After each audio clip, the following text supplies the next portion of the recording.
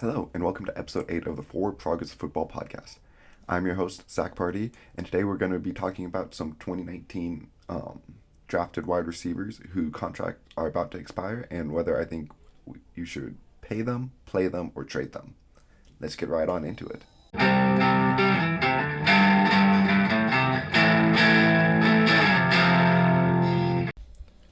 So before getting on into the main part of the episode, I want to talk about some of the news that happened in this past week in the NFL. Starting off with or not just kind of, a really sad topic with Dwayne Haskins, 24-year-old quarterback of the Pittsburgh Steelers, for the football team and Ohio State. He was hit by a dump truck on a Saturday morning and was dead on the site. And you just gotta remember, life's really short, and do what you want to do with it and live it to the best of your abilities. If there's something you want to do, just go out and do it. And if you want living life to the max, then why not start? Additionally, it's like there were some comments made about Dwayne Haskins that just reminds people, look at these quarterbacks or look at these NFL players as humans. They aren't just numbers or actors for your entertainment. These are humans that play a sport but also have stuff outside of your life. If you ever play a recreational sport, you aren't just a basketball player on Thursdays. You also have a job, have a wife, have a family, stuff like that. So I just want to give a little brief moment of silence for Dwayne Haskins and for his wife and family and stuff.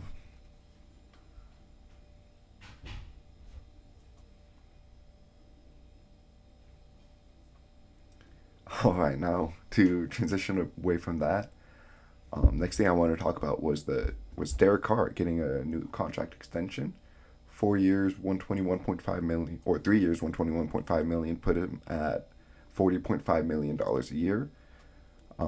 That is a high annual salary for a quarterback of his caliber.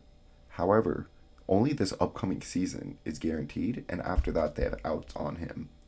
So if this whole Davante Adams experiment works and he plays like he does in 2016 again, it's okay, cool. Give him that top 5 quarterback money. You also have Kyler coming up and Lamar coming up for due contract extensions. So it's likely by the time next year rolls around, he's going to end up being the 8th or ninth highest paid quarterback if they stick to this contract. If not, they can cut him, they can trade him. It's an easy out. So I think it's kind of a win-win for the Raiders and Derek Carr. Obviously, the Raiders can they still have their quarterback that they've had for the past 9 years, and going forwards, he's a good, above average, sometimes can play like a great quarterback, but hasn't consistently done that yet. And then for Derek Carr, he gets a big payday. He gets a $4 million bonus this year, so that's already just okay, getting more money this year. And then after that, if he plays good, which he's obviously betting on himself to do, he's going to be making $40.5 million a year. It's a pretty good deal for both of them, I'd say. And then the last thing before I get on into today's main topic is the whole Tom Brady Miami Dolphins saga. That's crazy. I thought it was just some conspiracy at first, but with how much I'm seeing, okay, maybe some of this might actually be true, and if it is, then it's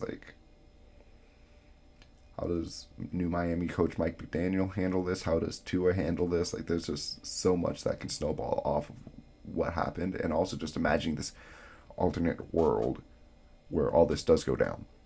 So if you don't know what I'm talking about, Tom Brady, Buccaneers quarterback, he retired, right, early in the offseason. But that retirement never was a real retirement. He never planned on fully retiring and not playing again. Sean Payton also retired. And once again, this wasn't supposed to be something permanent.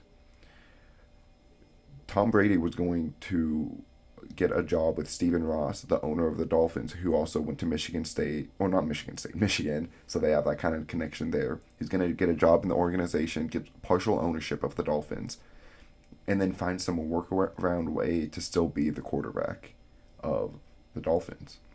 That means they were going to trade Tua. They were going to have to do all this stuff, have to trade his rights over from Tampa Bay over to Miami. And then they were going to hire Sean Payton as the head coach.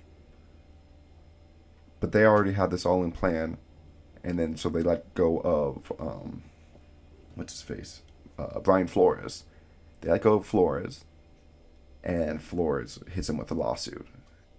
And now they're like, crap, we can't go out and trade away our minority quarterback for a white quarterback and sign a white head coach without, like, they were going to do stuff to get around the Rooney Rule. Like, they were going to do more sham interviews, which obviously is the problem in all of this. And, yeah, that would have happened if it weren't for the lawsuit, according to, I think it was, like, Boston Globe or something. Just crazy. It just kind of shows how much Tom Brady wants to get back at New England right now. Like, he wants to go play New England twice a year for a team that, whatever reason, had New England's number for all those years. Like, always had Brady's and Belichick's number. Even when they were a bad team, the Dolphins found a way to beat the Patriots. And now, obviously, the Patriots had their way with the Dolphins a lot of times too. But just kind of funny how this almost came full circle. And now it's just like, oh, this just lives out in the world of what if. What if next year Tua was starting for the Buccaneers and Brady was being coached by Sean Payton in Miami. The last part of this story is when this all fell through, Tom Brady was like, crap, like, I still want to play. I want to unretire, but I don't want to work for Bruce Arians. I guess the relationship was rocky.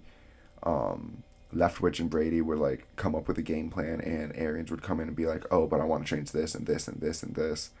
So Brady was like, okay, I'll unretire, only if Arians gets out, though. And yeah, I feel like that also is believable. It's tough to say without this coming directly from them. You don't want to believe all these rumors and spreading misinformation and stuff, so take all this with a grain of salt. But yeah, there was apparently a rocky relationship between the two. And that's why Arians moved into the front office. That's why he probably retired so late into the cycle, because normally it's like, okay, you want to, like, get that stuff done early, like, leave the team, make sure that they have, like, options to hire other coaches, which obviously they just went straight to Bowles, which is a great in-house hire. But yeah, that story, I kind of wish I got to see that all play out. Just because this offseason's already been wild enough, and just imagine if all that was thrown on top of it. Oh yeah, so now for play, pay, or trade regarding the 2019 draft class for wide receivers. I'm just going to do the top 9, like not in draft order, just the 9 most notable receivers from that class and what I think each team should do because all their contracts are about to come up and expire. So starting off, I'm just going to go in the order that they were drafted in. So starting with Marquise Brown, I'm going to say let him play. He hasn't really established himself as a true number 1 wide receiver yet so far. He's just been like a good deep threat, and you're hoping that Rashad Bateman right now is your number 1, and then Brown would stay as that complementary piece. He was a first-round pick, though, so I think pick up his first-year option, ride it out till the end of that, see how the chemistry works with Bateman healthy and developing, and then Brown in more of that number 2 role. If it works, maybe pay him a contract like 15 to 18 million. We'll see. Obviously, this is 2 years in the future. That might be a steal at that point with how crazy these wide receiver contracts are getting right now. Might have to pay him up in the 20 millions, and that's why I'm like, to be your number 2 deep threat, like, do you really need that much money invested in him when the offense doesn't run through the passing attack and runs through Lamar? So, yeah, that's kind of where I am right now on Marquise Brown. Next up, N'Keal Harry. I think they need to trade him. He's shown flashes, but right now he's slated to be their number 4 receiver with Devontae Parker coming in, and then number 6 pass catcher when you include the 2 tight ends they got. Maybe even farther down that with some of their running backs too. So he's just gonna see no playing time here. Get what you can out of him for now, like a 6th round pick, maybe 7th round. I don't know what his value is, but just getting another body in there would be more valuable, I feel, than N'Keal Harry right now. Deebo Samuel. So Deebo is the guy who kind of prompted this with. He's the one saying like, "Hey, pay me now." He's removing his stuff from Instagram, and there's talks that he wants to be paid $25 million a year. And I would say pay him, but I'm hesitant. I'm really considering trading Deebo Samuel, especially if the package is correct. Like if you get a first and a third, first and a second, I don't know. He's young, but he's also got this very unique skill set. He plays wide receiver and running back for them. That puts a lot of tread on his tires, and we see running backs just leave their prime so fast. And who knows if Deebo, like how long Deebo's prime is gonna last, just because of the way he's being used. And also, Shanahan factors into this a lot. Kyle Shanahan is this offensive genius, and he was able to create Deebo Samuel and a role for him and a usage pattern for him. I don't see why he wouldn't be able to do that with another wide receiver like Brandon Ayuk, or say they get like Treylon Burks with one of the picks they trade away this year. I don't see why they can't recreate that role. However, I'm still on the side that you pay him because you have that rookie contract, Trey Lance. Like, obviously, you want to get rid of Jimmy Garoppolo. You don't pay Deebo unless you get rid of Jimmy G, I think. But with Trey Lance on that rookie contract, it gives you more resources in order to surround him with talent. And obviously, Deebo is quite talented. So I think if you give him like a 3-year, $75 million contract that expires around the time where you would need to pay Trey Lance, then you can reevaluate the situation, see how the chemistry is, see if it's worth paying Deebo that 3rd contract. But pay him pay him what he's asking for. Just make it expire around the same time you need to up Trey Lance, if you up Trey Lance. All right, next up we got AJ Brown. My opinion on this is just flat out pay him. Don't really consider the trade offers. This offense also runs through him, similar to what I was saying about Deebo Samuel in San Francisco. However, it doesn't only run through him. It runs because he's so physical in the pass game. He's so good at those crossing routes, play action, deep stuff, and then also the threat of Derrick Henry in the backfield. We saw what happened when Derrick Henry went down last year, and I can't think of the backup's name, but he was able to be effective in that offense still. But the passing game was just non-existent when AJ Brown was out of there. Like it was pretty bad, and I just feel like it would be very hard to replace AJ Brown, especially because they don't have Kyle Shanahan working their magic there. So next up, I got Mecole Hardman. I'm gonna say you play him. See if he can replace one of the Tyreek Hill roles. Like Tyreek Hill was everything for that offense: short game, deep threat, intermediate routes, and see if he can be kind of like just the deep threat and then also the little short gimmick player. You already got Marquise Valdes-Scantling there though, so I kind of see. It seems a bit redundant to have 2 speed threats at one hand, but on the other hand, there are 2 completely different speed threats. MVS is the deep ball, just huck it, 22 average depth, 22 yards average depth of reception, and Mecole Hardman is going to be more of your gimmicky, short area, use his speed on jet sweeps and slants and crossers, and then occasionally send him deep because he does have that speed, but he's only like 5'10" versus MVS being 6'4", go up and get him, sort of. I would listen to trade offers if you can get something like a 3rd for him, but I just don't think you would, just because he hasn't really done much in the NFL. So, yeah, he doesn't have the value to trade where I think a rookie could come in and replace him. And right now, you've traded away Tyreek Hill already. You got enough future investment back where I don't think you should be um, trying to get more future investment and getting rid of more current pieces.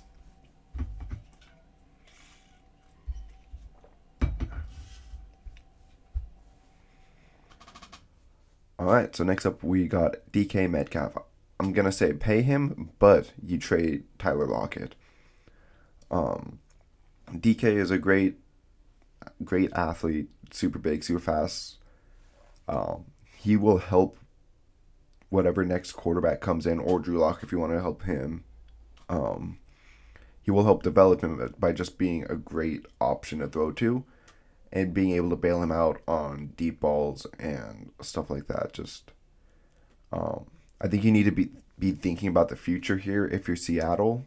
I know right now they're saying this is more of a retool, not a rebuild, but it should be a rebuild, and that's why I think you still trade away Tyler Lockett because let me see what Tyler Lockett's contract is.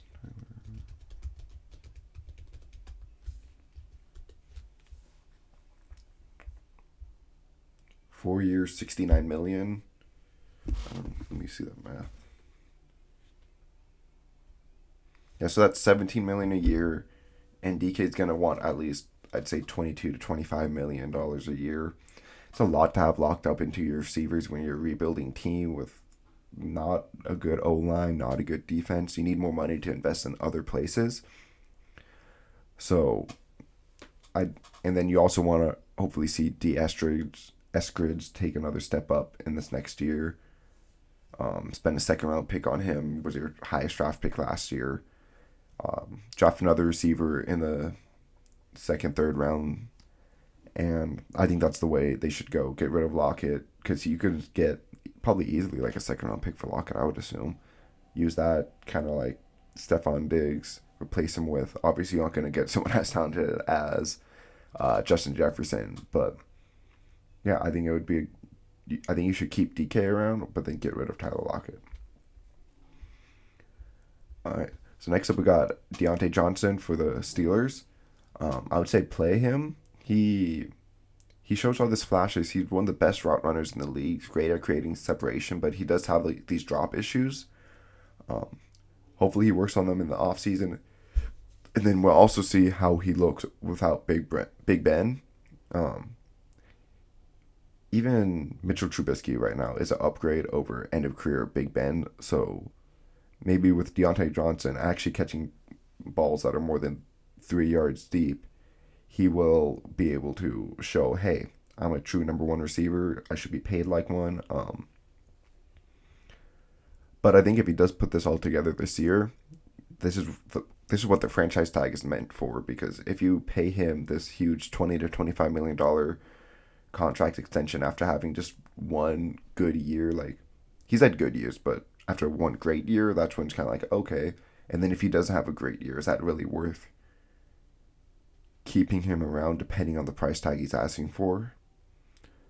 So I think the Steelers have like a really interesting question when it comes to the end of the season, and I don't really know how to answer that right now because I could see a world where he kind of turns into a Amari Cooper tier of receiver, just a great separator, great after the catch, but does have a bit of questions with hands. So it's like, how do you value that? Obviously, right now the NFL doesn't value that a lot. Seeing Cooper was only traded for like a fifth round pick, which is still mind boggling. Yeah. And then we got Terry McLaurin. I'm just gonna say pay him definitely. Um, right now you have Carson Wentz. He needs receivers. Obviously, every quarterback needs receivers, but his best year, Alshon Jeffrey and Nelson Aguilar were going off. Um, and this is kind of the same thing with AJ Brown. If not him, then who? Like, who's gonna be someone who they can replace Terry McLaurin with? I don't see. There's no really in-house options. Like, yes, you hope Diami Brown takes a step forwards. Young guy out of UNC. Curtis Samuel, he's not a true number one type. He's like a slot gimmicky type of receiver. Um, I don't think any of these. I don't think it's worth it to get one of the rookies at 11 or whatever pick they trade Terry McLaurin for. Like, Terry's just going to be a better receiver than whatever rookie comes in. And yeah, so I think they should pay him that like $22-23 million a year contract that he's probably going to start asking for soon. And then lastly is Hunter Renfrow, the last receiver I want to talk about. I'm going to say play him throughout the contract, and then you got a pretty big question mark at the end of this year. He's a great option, obviously one of the best slot receivers in the league, but he's still the number 3 receiver or number 3 option on this team. It's going to be Devontae Adams, obviously going to be the first. Darren Waller still should be your Carr's second go-to option behind Renfrow. I say you play out the rest of this year, take advantage of the fact that he's on that really cheap 5th round deal, and consider paying him at the end of it, depending on how much he's asking for. If he's asking for like $15 million a year, like I'd say that's doable. I would consider that, probably pay him. But if he's asking more so for like 18, like a Christian Kirk type deal, there's one option I did think about though, is at the end of this year, what if you trade away Darren Waller? And that hurts me to say. Waller's one of my favorite players. Just got his jersey. I love his story, love his attitude. But he is getting older for a tight end, and his best trait is his speed and explosiveness. And that's just one thing that's going to fall off as you get older naturally. If you can take advantage of him still having a couple of years left in his prime and get some draft capital back for him and pay Hunter Renfrow and then give Foster Moreau kind of a cheap contract or cheap contract, yeah. And I wonder if that's a better option because Foster Moreau is nowhere near the level of Darren Waller. Like, let that be clear. But he is a starting caliber tight end. Probably, I'd have to look through it all, but I'd say you could probably sneak into the top 20. He's just very underutilized right now because he's behind Darren Waller. And so what would be better, having Foster Moreau and Hunter Renfrow, both of them combined, or just Darren Waller? And I think I would lean towards Foster Moreau and Hunter Renfrow just because they're a bit younger. All right, so today is going to be a bit of a shorter episode. I kind of had like the weeks all planned out leading up to the draft, and then this week was the one where I was like, okay, I need to find something to talk about. So I hope you guys enjoyed listening to what I think about the upcoming wide receiver class and whether or not we or the team should pay them. Next week I'm going to be doing my final what I would do mock draft. I'm going to maybe even include some trades. I haven't really thought that far into it yet. So I'd be expecting that coming out next Friday as always. And then after that is going to be draft week. Super exciting, obviously. I'm going to post on Thursday of that week instead of Friday a predictive mock draft. Instead of trying to do like, okay, like this is what I think should do. I'm going to be like, okay, this is what I think actually happens based off of all the different like media and podcasts and other things, other mock drafts that I'm hearing and seeing. So excited for that. Following the draft, I'm going to go over, or the week after the draft, I'm going to do a recap episode, just talk about the draft, favorite fits, favorite things like that. And then over the summer, I've got a pretty big plan. I'm going to see if I can post a couple times a week. I'm going to have more free time, obviously, not going to be in school. Still going to be working my other job, but yeah, I'm going to be trying to post 2 to 3 times a week, so look forward to doing that. And yeah, take it easy this week, guys, and I will see you all next week. Leave a like, comment, subscribe, and if you're on Apple or Spotify or Google or wherever else you might be listening to this, leave a 5-star review. Tell a friend about this podcast. Over the summer, I'm going to start trying to push marketing and stuff a lot more, try to blow it up. I'm trying to get a bit more comfortable doing this. Like, it's definitely weird to be just talking to a little camera and see yourself talking back at you. But getting used to it. It's pretty fun. And yeah, all right, I'm going to stop rambling and I'll see you all next week. Thank you.